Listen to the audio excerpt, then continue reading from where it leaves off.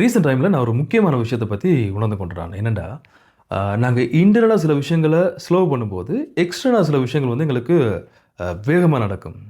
அதாவது இப்போ நாங்கள் ஒரு லட்சியத்தை நோக்கி தான் ஓடிக்கொண்டிருக்கிறோம். நிறைய ஹார்ட் ஒர்க் பண்ணுறோம். நிறைய எஃபர்ட் போடுறோம். சம்டைம்ஸ் எங்களுக்கு அது சரியான அவுட்கம்மை தாரமாக இருக்காது. சில வேளை சின்ன சின்ன டாஸ்க் கூட எங்களுக்கு முழுமையாக செய்து முடிக்க முடியாதபடி இருக்கும். ஸோ ரொம்ப ஸ்ட்ரெஸ்ஃபுல்லாக இருக்கும். ஸோ ரஷ்ஷாக ஃபீல் பண்ணுவோம். ஸோ இதுக்கு பல்வேறுபட்ட காரணங்கள் இருக்குது. ஆனால் அதில் ஒரு பிரதானமான காரணம் தான் வந்து பார்த்திங்கன்னா ஓவர் திங்கிங்.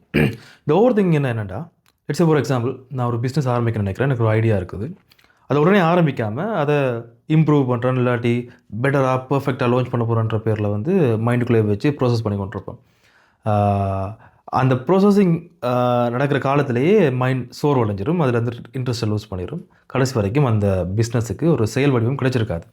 ஸோ இது நிறைய பேர் ஃபேஸ் பண்ணுற ஒரு பிரச்சனை இந்த காலத்தில். ஸோ இந்த மாதிரி டைமில் எங்களுக்கு நிறைய ஹார்ட் ஒர்க் பண்ணுற மாதிரி ஃபீல் ஆகும், நிறைய எஃபர்ட் போடுற மாதிரி ஃபீல் ஆகும். பட் எண்ட் ஆஃப் த டே ப்ரொடக்டிவாக ஒரு விஷயம் செய்து முடிச்சிருக்க மாட்டோம். ஒரு சின்ன டாஸ்க் கூட எங்களால் முடிக்க முடியாமல் இருக்கும். நீங்கள் கூர்ந்தவன் ஆச்சுங்கன்னா இதுதான் உண்மை, ரைட்? இது பர்சனலாக எனக்கு நடந்தால் அதான் நான் உங்களுக்கு சொல்கிறேன், ரைட்?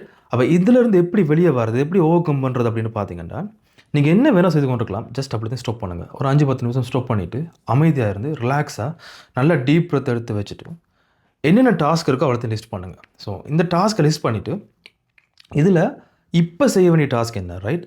அதில் 10 டாஸ்க் இருக்கலாம், 100 டாஸ்க் இருக்கலாம், 1000 டாஸ்க் இருக்கலாம், வாட் எவர்.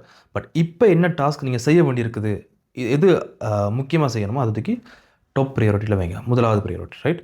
அதை செய்து முடியுங்க. இப்படி ஒவ்வொன்றா ப்ரையாரிட்டைஸ் பண்ணி ஒவ்வொரு டாஸ்க்காக முடிச்சுக்கொண்டு வந்தீங்கன்னா, எண்ட் ஆஃப் த டே நீங்கள் ஒரு கொஞ்ச நாளில் இல்லை கொஞ்சம் டைம்லேயே வந்து உங்களுக்கு முழுமையடைஞ்ச டாஸ்க் நிறைய இருக்கும். அதாவது நீங்கள் கம்ப்ளீட் பண்ண டாஸ்க் வந்து நிறைய இருக்கும். ஸோ இந்த மாதிரி கம்ப்ளீட் பண்ண டாஸ்க்கெல்லாம் ஒன்று சேர்ந்து உங்களுக்கு ஒரு மிகப்பெரிய ஒரு ட்ரான்ஸ்ஃபர்மேஷன் உங்கள் லைஃப்பில் ஏற்படுத்தும். இது வந்து ஜஸ்ட் பேஜுக்கு சொல்லலை, இது உண்மை. இது நான் ரியலைஸ் பண்ண விஷயம் அதான் ஷேர் பண்ணுறேன். இதை பற்றி ஒரு ஃபிலோசபி கூட, ஒரு ஜப்பனீஸ் ஃபிலோசபி கூட இருக்குது. அப்படின்னா அது என்னென்னா, அந்த கைசன்னு சொல்லுவாங்க. ஸோ கைசன்ன்ற என்னென்னா, இந்த உலகத்தில் நடந்திருக்கிற மிகப்பெரிய வெற்றிகள்லாம் சின்ன சின்ன வெற்றிகளோட கூட்டு, ரைட்? இப்போ நீங்கள் செய்கிற சின்ன சின்ன சக்ஸஸ்ஃபுல்லான டாஸ்க், ரைட்? நீங்கள் பெரிய டாஸ்க் கொண்டு எடுத்து அதை கம்ப்ளீட் பண்ண ஆகிறதுக்கு குட்டி குட்டி டாஸ்க்குகளை நீங்கள் முழுமையாக கம்ப்ளீட் பண்ணிங்கன்னா அது எல்லாமே ஒன்று சேர்ந்து உங்களுக்கு ஒரு மிகப்பெரிய ட்ரான்ஸ்ஃபர்மேஷனை கொடுக்கும். ஜஸ்ட் ட்ரை பண்ணி பாருங்கள். உங்களுக்கு நிச்சயமாக மிகப்பெரிய ஒரு மாற்றம் கிடைக்கும் குறுகிய காலத்திலேயே. பை த வே, நான் வந்து ஐடி ரிலேட்டடான பிஸ்னஸ், சைடு ஹாசல் இல்லாட்டி ஆன்லைனில் எப்படி கரியரை செட் பண்ணுற சம்மந்தமாக நிறைய வீடியோஸை ஷேர் பண்ணலாம்னு இருக்கேன்.